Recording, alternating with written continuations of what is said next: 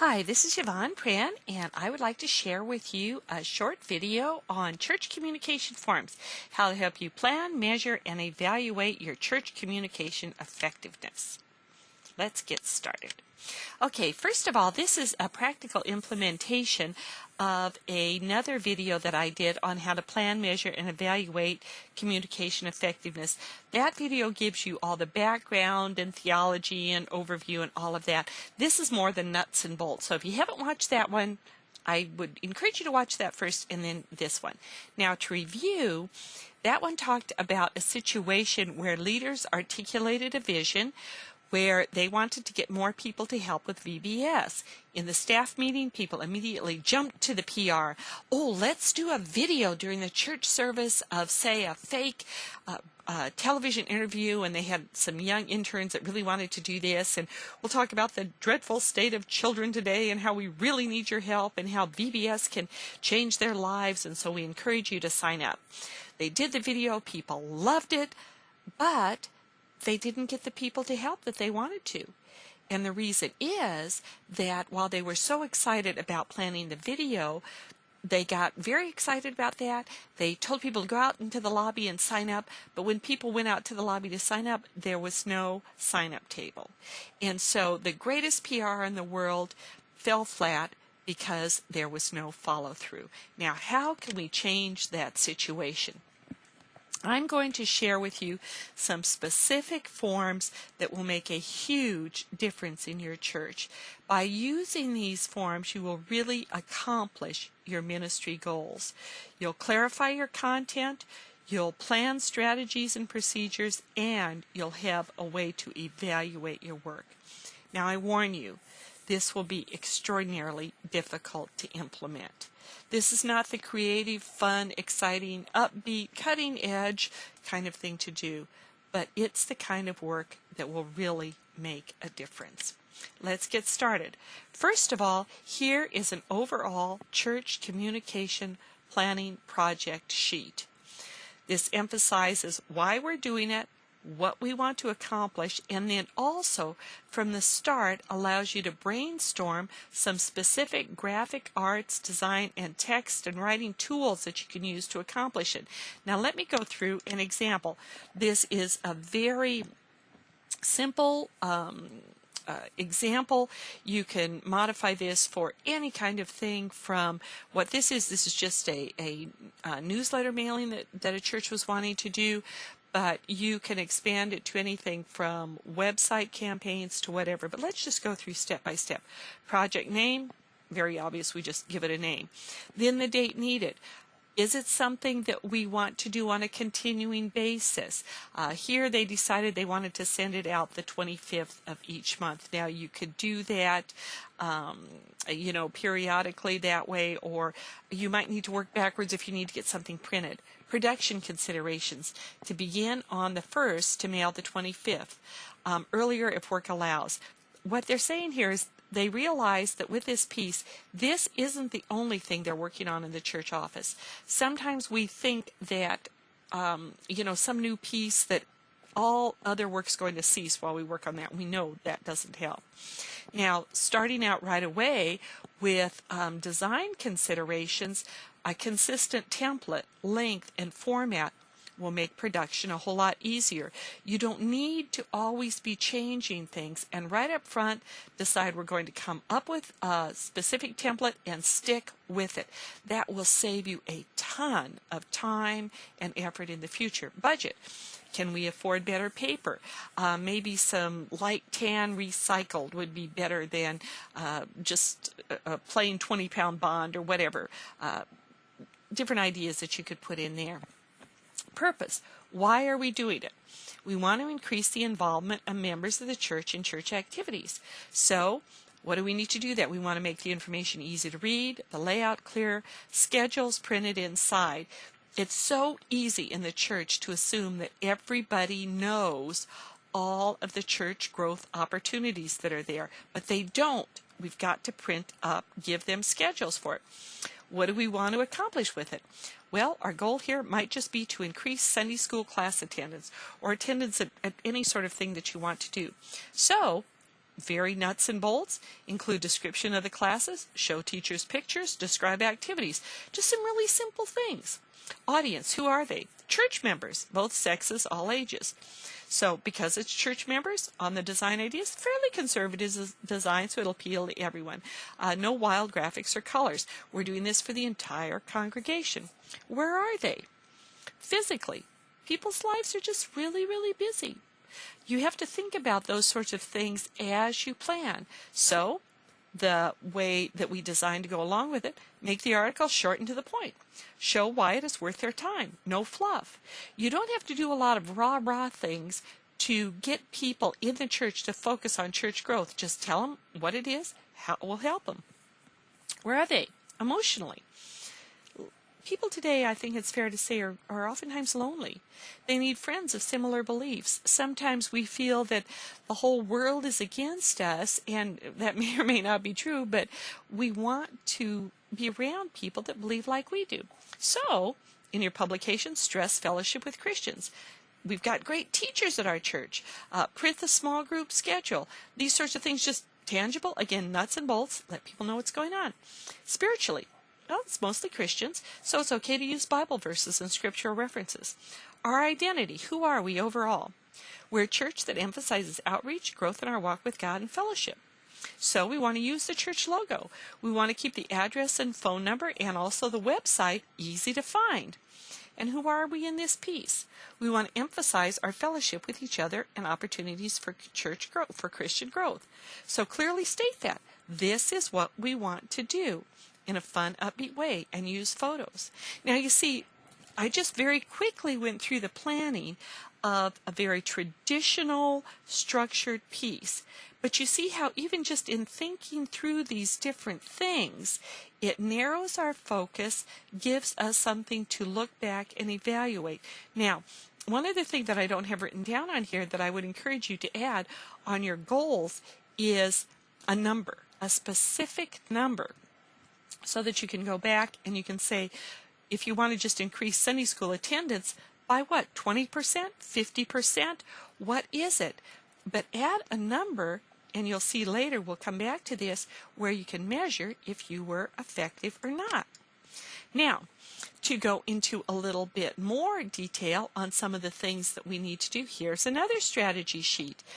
Up at the top, the ministry or event to be advertised. Now let's go back on this to that Vacation Bible School we talked about. We want to get helpers for Vacation Bible School. We have the date of the event, and then here I have on this form the number of responses to be considered successful. So very important. Do we want 20 people? Are we a bigger church? We need 50 people. Whatever it is, put that number down there. Then, how do we want people to respond? This is very important. You want to work backwards from the final response.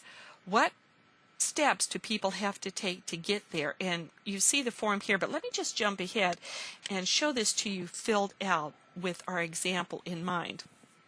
You see, we want to get helpers for Vacation Bible School. Now, immediately, and this so often happens, see the red circle down there, people jump into, okay, how are we going to do this great PR to get people involved? We advertise with a video in the church. Well, that's really nice, but this form will help you, and you've got to get specific on your planning for what exactly do you need to do prior to that. Let me go through it. You want to decide what jobs are needed and how many people for each job. You want to write the job descriptions, the requirements, the training offered, and the commitments asked for. I warn you, this is just brutal. I know, because I'm always a person that does this for my husband.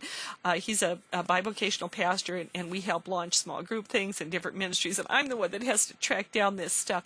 It is so hard. But if you don't have this written down, and then once you get it all written down, in bulletin announcements, on your website, in a brochure, all those kind of things, if you don't do that, people really don't know what you're talking about. And people today aren't terribly trusting. They have to know. So you've got to have all that written down. Also, too, in anything involving children, what jobs need child interaction screening. Probably not to help pass out cookies, but for the main teachers, in most churches today, they have to go through a process. They have to be approved. And so that's just really important. You've got to get all that written down. And then, like I said, put the job descriptions and other informations into the bulletin announcements, on a website, into a brochure, into flyers, where it's tangible and people can understand exactly what you need. Prepare applications. I'm sure you have to have an application to get people to sign up. Working with children today, it's very, very important that you carefully screen people. Then make sure that there's going to be a table in the patio for sign-ups. Recruit the people to staff it. Confirm with them. Have follow-up people. Nothing is worse than asking people to go out to sign up for something and for there not to be any sign-up tables. So you get all those things in place, and you see then, and only then, do you advertise with the video. That's the really fun, exciting, upbeat thing to do. But if these other things aren't all in place, the advertisement won't really accomplish anything. After that, of course, you follow up with the people who sign up. You train your confirmed helpers. If you follow a process like this, and this form will help you, you will be successful. Now, how do we get a lot of the nuts and bolts? I've designed this reporter form for you. It is a lot of work, but here's why. If you don't have complete information, you can think that you've told people about something, but you really haven't. Details are essential. A list means almost nothing. Here's a really good example of this. Right here we have a small groups, you have this blue square. Small groups are important at First Church. And this actually came out of a church bulletin, had the day of the week, the people's last name, and the time. Now, what did that tell you about small groups? Nothing.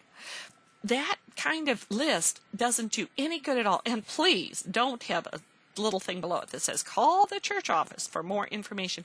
People just don't want to do that today. They want to make up their mind about things. They want you to give them the information right up front so they can connect. Now, then on the right-hand side of the page, I have a copy of the type of thing that I've done up, and I've done these up numerous times when we have launched a small group ministry for a church, where instead of just a list like this, I make up cards like this, and we have them available on sign-up table, the exact same information on websites, all of that, where we have the what's going to be studied in the group, who it's for, where it's at, the phone number, the address. This particular one, my husband and I were teaching, our phone number, letting people know childcare will be provided, a little bit of PR about it, written directions, and the MapQuest image. These things are incredibly important, and you will be so successful when you include all the details. I know this from a lot of experience. We've helped a number of churches put this sort of thing together, and every single time we did it in this much detail, we have had to between 80 to 90% of the entire church congregation involved in small groups. I know, because I'm the person that goes through the entire list and checks off the names and all of that.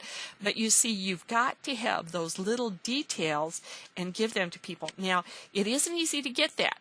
That's why I put together the form for you. This is a little piece that's reprinted on my website for you to read. But the reporter forms are so important because you need the name of the event, who's sponsoring it, the starting time, ending time. All those little details are what really link people with life-changing events. It isn't easy always to get those. That's why I put together this form that not only can you hand out to people, but also it's really good to have in the church office for people to pick up.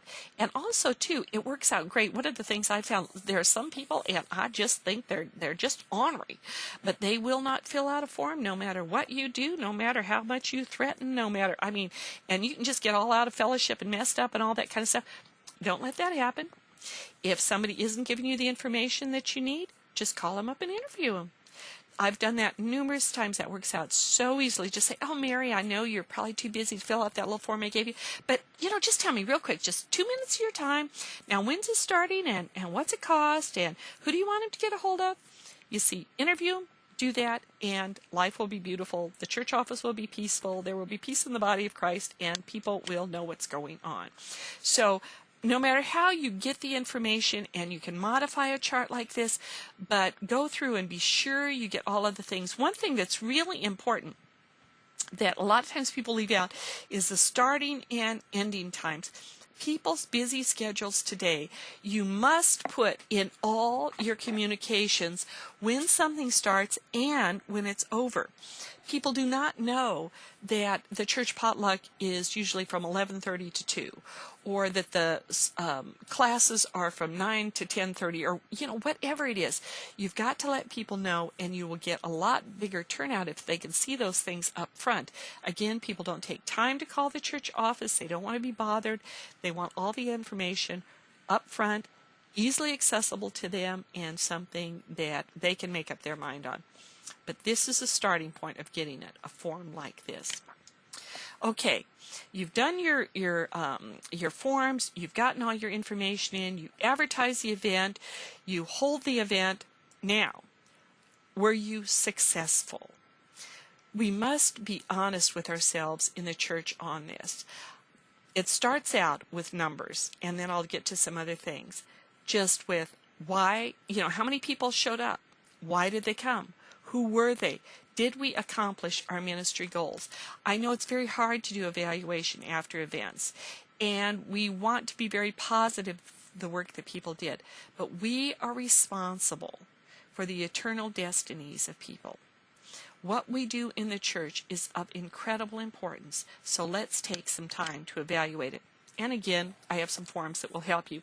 Now this one will help you so much in that it can really stop in its tracks a lot of what might be sort of disagreements in the church office. What I'm talking about are things where somebody will say, well, we don't need to send out a postcard on that. Just PowerPoint in the church service, that's plenty. And, putting all those inserts in the bulletin, that's just a waste of paper and really not necessary. Somebody else might say, but the postcards really help. But no, too much trouble, too much cost. We're just not going to do it. And you can go back and forth with all kinds of little problems and discussions and all that. Be a professional about it. Don't argue. Just track what happens. Down on the left-hand side, write down the event. And then across the top, and you can, of course, put your own things in there. How many times did you announce it in the bulletin? Did you do a bulletin insert? Did you email people? Did you do an invitation card? Did you send out a postcard? Did you put it in the newsletter? Did you put it on the website? Did you put it on PowerPoint? Track the different ways that you advertise something, and then how many people show up. You can be very professional by doing one test and then another one. For example, and this is a true story, one of the ladies in one of my seminars told me how they had a mom's morning out, and they were a pretty good-sized church. It was around 1,200 people, but they only had 8 women attending, and they knew that wasn't very good. But the only way they had advertised it was through the church bulletin and on PowerPoint. They said, we have this mom's morning out, and, please come, and all of that. But they just didn't have much attendance. They made one change where they added invitation cards. And I have, of course, on the website lots more on how you can create them and how you can use them. But they did invitation cards, and they told the ladies in their group, whenever you see someone standing in the grocery store line with little kids, or somebody at the park, or whatever, just give them a little invitation card and invite them to come to church and join us for our mom's morning out. And after making just that one change, they had over 80 women attending the group. Now you see, they didn't have to argue about things, whatever. They tracked the attendance with one type of marketing and one type of church communication. They added one thing. It made a huge difference. Whatever it is in your church, try these sorts of things. I can't tell you how many people have told me where they have had discussions in the church about doing away with bulletin inserts, and they were a pain in the neck, and they were a problem. They were this and this and this. But when they did away with them, because bulletin inserts so often are what people take out and post on the refrigerator, that reminds them to come. When they did away with them, attendance at events dropped tremendously. Again, That may not be true in your church. Track it. See what happens. Be a professional. And first of all, you just need to get basic numbers to know what you need to do. So whatever it is, and nowadays, try adding a Facebook thing or tweeting about something, or there's just all sorts of things. But try different things and track their effectiveness. Now then, this last one here, this isn't the last one, the next to last, but this one is where you really get into some challenging evaluation. This is our church communication people response analysis. Take out that first sheet if you did it, and why did you do the event? If you wanted to say you want to have unchurched people attending something at your church, you want to reach out to your community.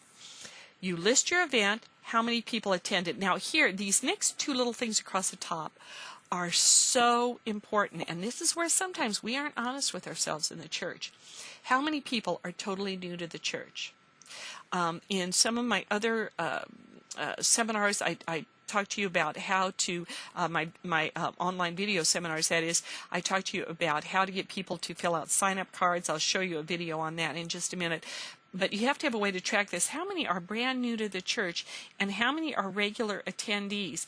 If you are doing what you call outreach events, don't lie to yourself and think you're being successful if just a whole lot of people show up from the church itself. That's not successful. I challenge people a lot about this over Christmas time. If you're doing this great gospel outreach and sharing the Christmas story and all that, how many people that attend are just your church members or lapsed members that want to feel good around the Christmas season? And actually, how many unchurched people do you have? So what kind of a response did you get? Did people fill out response cards, whatever, record that? And then just observations, your initial observations about your attendance.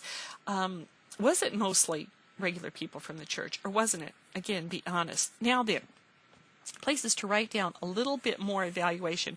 What did you use to communicate with them at the event? And you might say, well, what do you mean? Well, did you give out any kind of information specifically to new people or specifically to your members on what you want them to do? Did you send any follow-up material?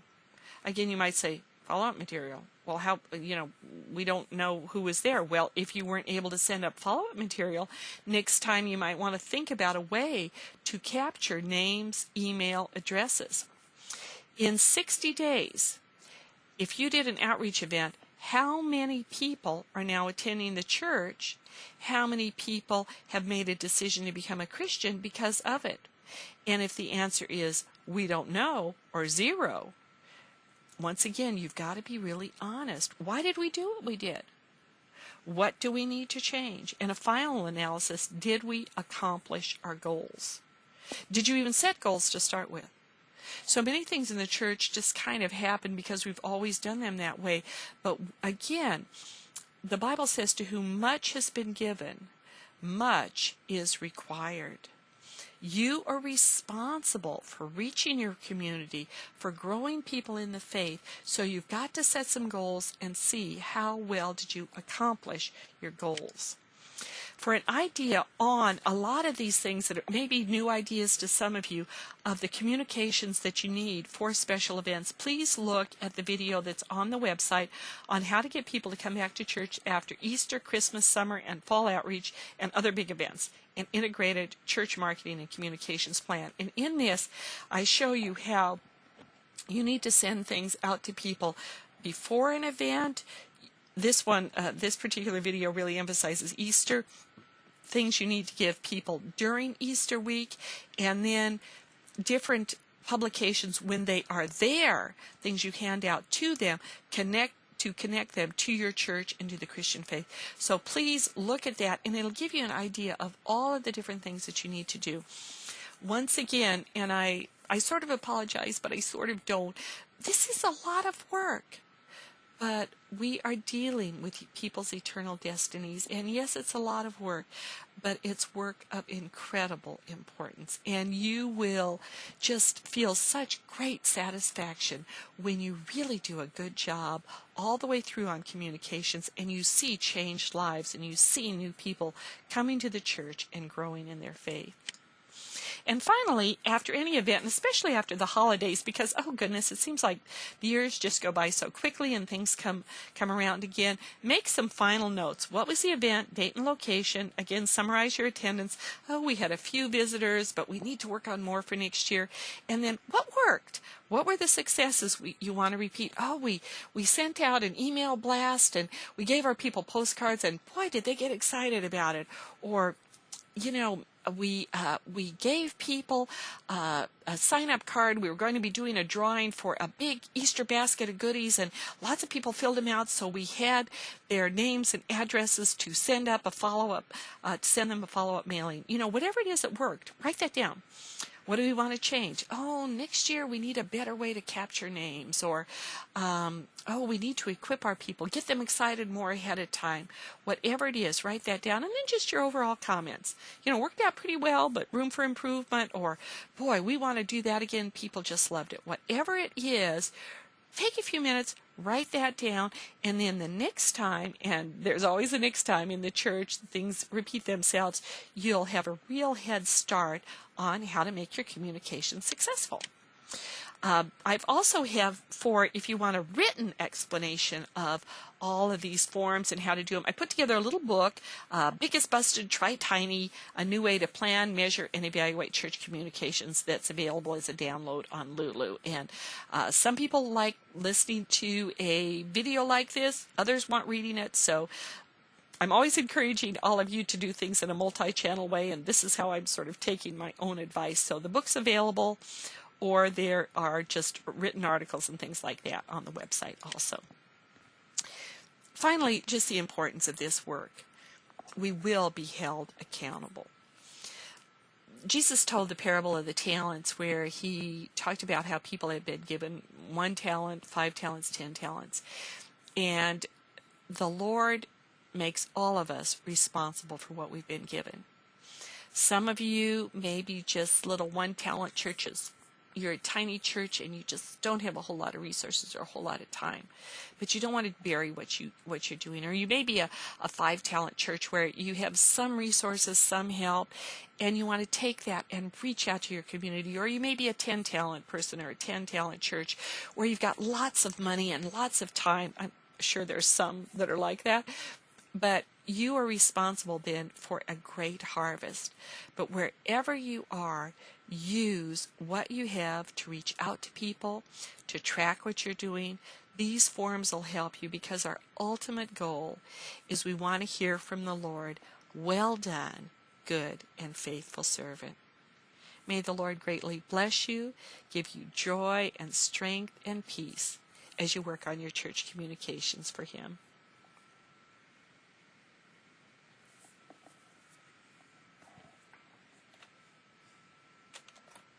Oh dear, I didn't want to do that.